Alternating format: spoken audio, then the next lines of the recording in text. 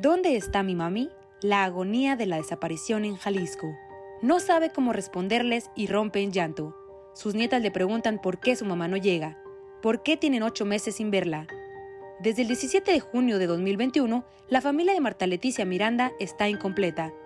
En el Jalisco de 2022, alrededor de 560 personas han ingresado a los registros oficiales por desaparición. Son 17 víctimas diarias y la entidad se acerca poco a poco a las 16,000. La hija de Marta está en esa lista. Salgo a buscar, a encontrar, a ver qué encuentro y regreso con las manos vacías, sin novedad, sin noticia. El gobierno no hace mucho, más bien uno es el que tiene que buscar, porque pues a uno le duelen, a ellos no es su gente, no es su sangre. Sus nietas tienen entre 4 y 5 años.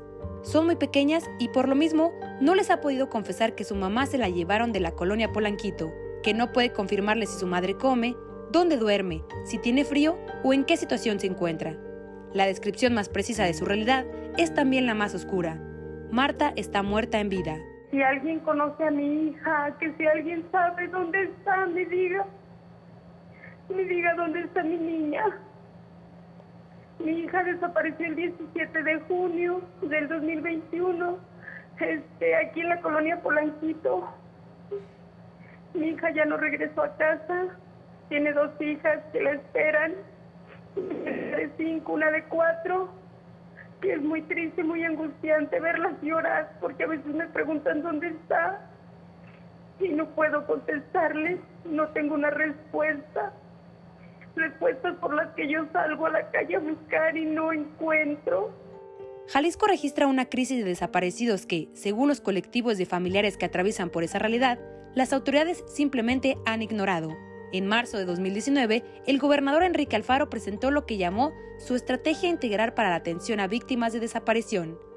Entonces había 7,117 personas en esa situación.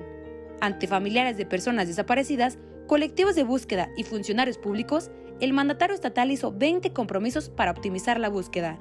La segunda de ellas, el gobernador estará en el centro de la responsabilidad.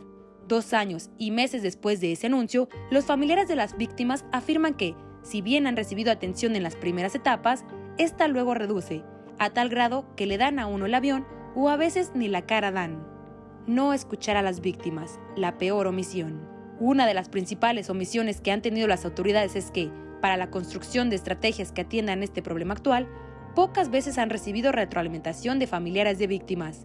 En la opinión de Carmen Chinas, coordinadora del Comité de Análisis en Materia de Desaparición de Personas de la Universidad de Guadalajara, hay 2 tareas básicas para virar el timón: foros de escucha con expertos, organizaciones no gubernamentales y familiares de las víctimas, y el otro es contar con un diagnóstico sobre la seguridad en general.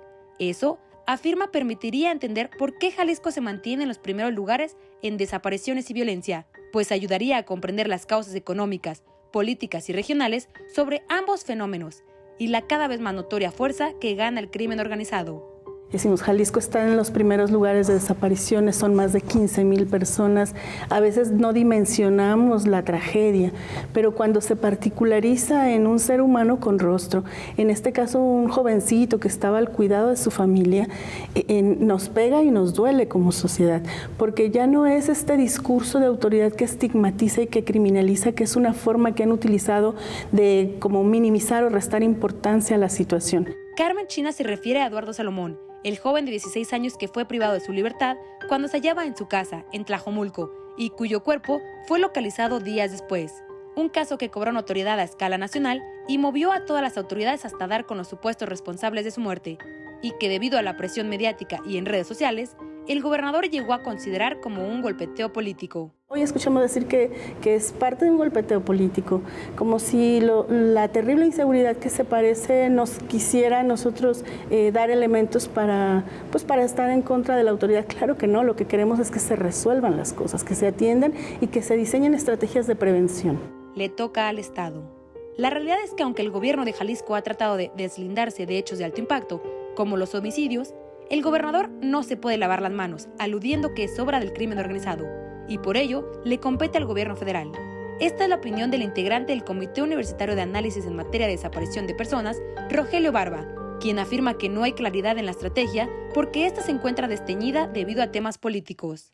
Y llegamos a la conclusión de que el gobernador se debe dejar de politiquerías, como él lo dice, y establecer un plan de emergencia sobre seguridad y justicia.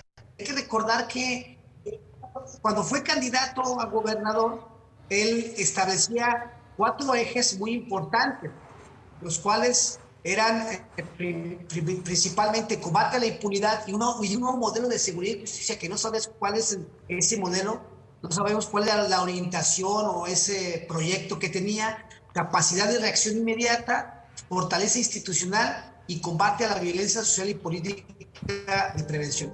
Recuerda que también se prometió una fiscalía autónoma que hasta el momento ha quedado a deber, pues no se han concursado los puestos para los perfiles que puedan sostener, enfrentar y disuadir tanto la criminalidad convencional como la no convencional. Hace falta una estrategia integral que pueda combinarse con la federación, toda vez que muchas ejecuciones y desapariciones tienen que ver con la delincuencia organizada, pero vemos que no hay una buena relación del gobierno del estado con la federación y se debería de establecer un plan integral, un plan político para poder reaccionar verdaderamente sobre estos casos tan alarmantes. Los expertos concluyen que, en materia de desaparición y homicidios, las autoridades de los 3 niveles le han quedado a deber a los ciudadanos. Y además, el reto al que se enfrentan es cada vez más grande, pues casos como el de Eduardo Salomón o el de la hija de Marta Leticia Miranda son cada vez más constantes, más crudos y generan demandas enérgicas entre la población. Para Señal Informativa, Andrea Gutiérrez Vargas.